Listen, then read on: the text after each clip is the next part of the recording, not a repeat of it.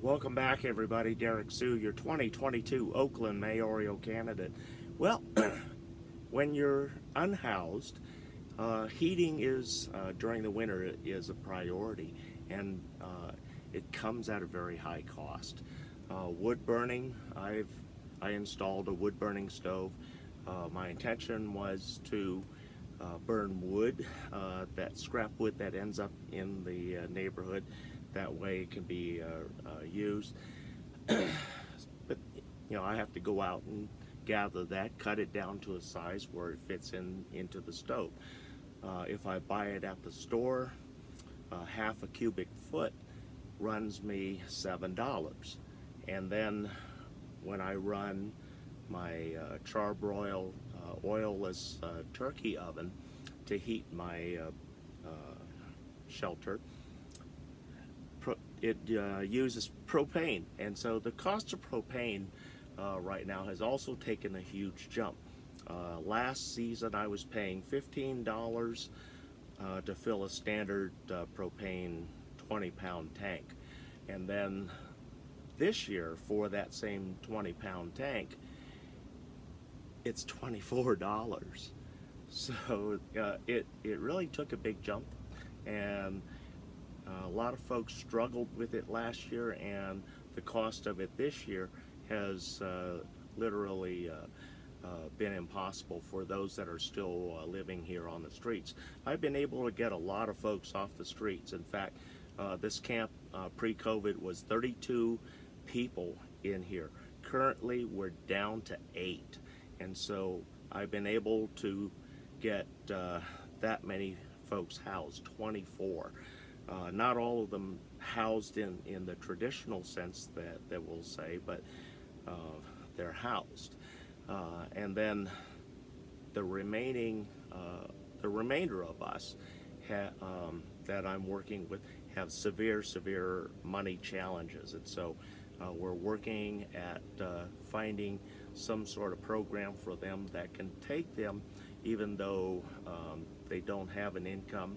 We're checking availability of some social programs and seeing what we can get for them. And so that's what we're working on.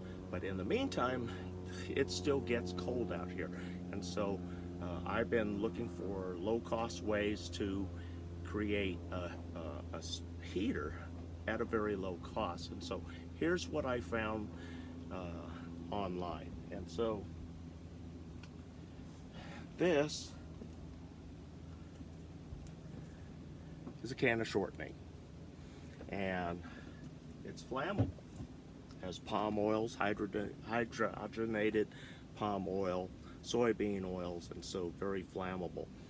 If you look at Crisco, Crisco being a brand name, the I on there actually is a candle, and so it tells you that that is flammable base material that can work as a candle.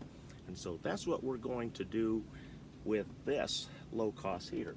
What we're going to do, we're going to take this is a 3-pound container of shortening, vegetable shortening. And so what we're going to do, we're going to take a tapered candle. This is just a standard 10-inch tapered candle, as you see.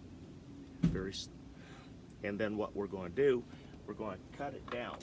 And then when we cut it down, don't just use a knife and cut it straight down.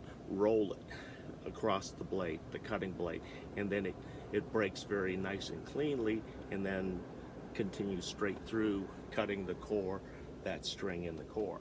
And then what you'll end up with is a short candle that will fit to the container. And so how I arrived at this, I measured the container. And so you measure the container, 6 inches would be a perfect size. It's just above the shortening, and so it'll have time to burn the candle down a little to that level, and then you don't end up with all that shortening on your fingers as you push the candles in. And so in this, if you use a single candle, It's said that you can get up to 72 days of heat out of one of these.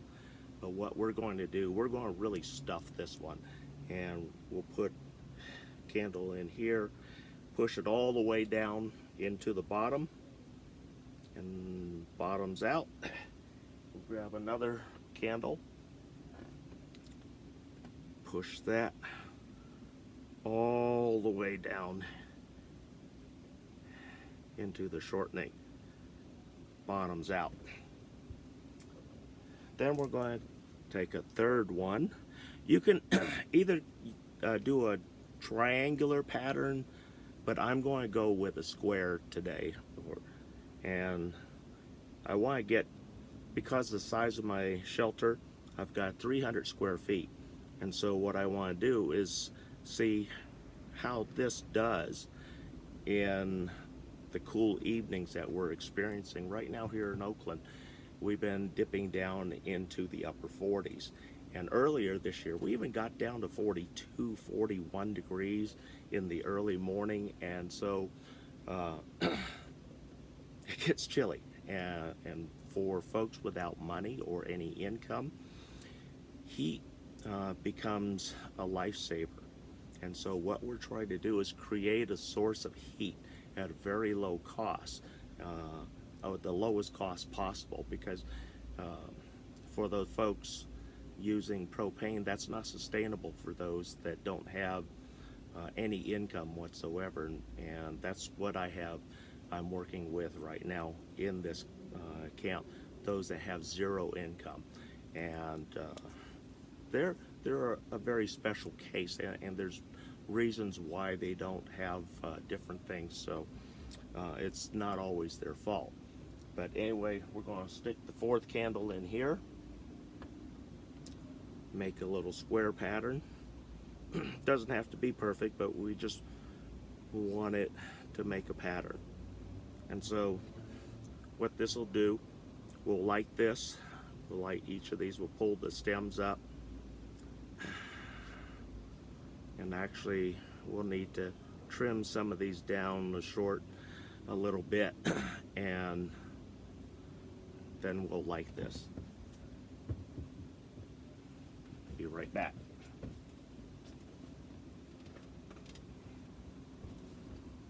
Okay, scissors. We still want to leave some on there, so I want to show you. We're just going to leave a little bit. Let's leave a little bit. Right there. Just a little bit. Doesn't need a whole lot.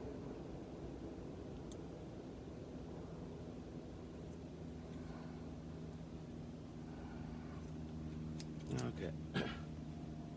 So anyway, that's our heating source. So by all estimations, this should give us 30 nights of heat along with the use of the candle. So let's see what happens. And so what I've done, I've created a safety barrier for two reasons.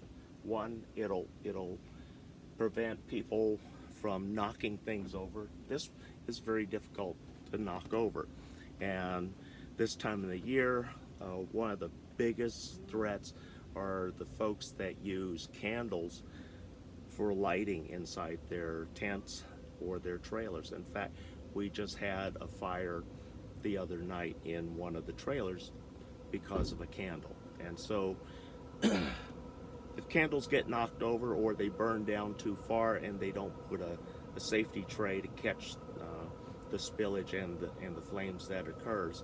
So these are safety factors that we have to incorporate whenever we create something. And so this caught my eye online.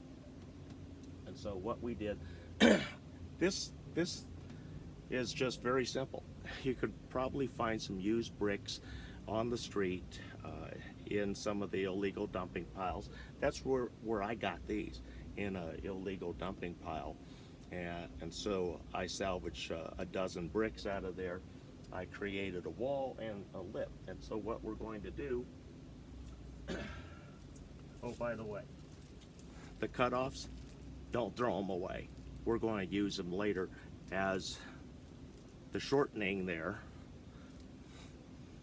goes down. And so we'll be throwing this in to mix in with the shortening, because the contents of a candle are very similar to what it is here in the shortening. So anyway, we're going to put this right inside here. And the bricks hold the container in place. The bricks have volume, so it's very difficult to knock over. And then we do standard terracotta flower pot. The minimum size that you want to use is the same size, at least slightly larger than the opening of the container. And so in this case, this is a 6.5 inch. And all we have to do once we light this, we're going to set this right on top like that. Then, as it starts burning, we'll cover the weep hole on top, because we don't want the heat escaping just yet. We want the heat escaping, but we want it escaping from the bottom, and then that way we're utilizing all the pent-up heat inside the terracotta. The terracotta absorbs that, and then it radiates it to the cooler room, because heat goes to cold. And so we're going to see how much heat we can generate with that this evening when the sun goes down, and we'll be back to let you know the results of this. So stay tuned.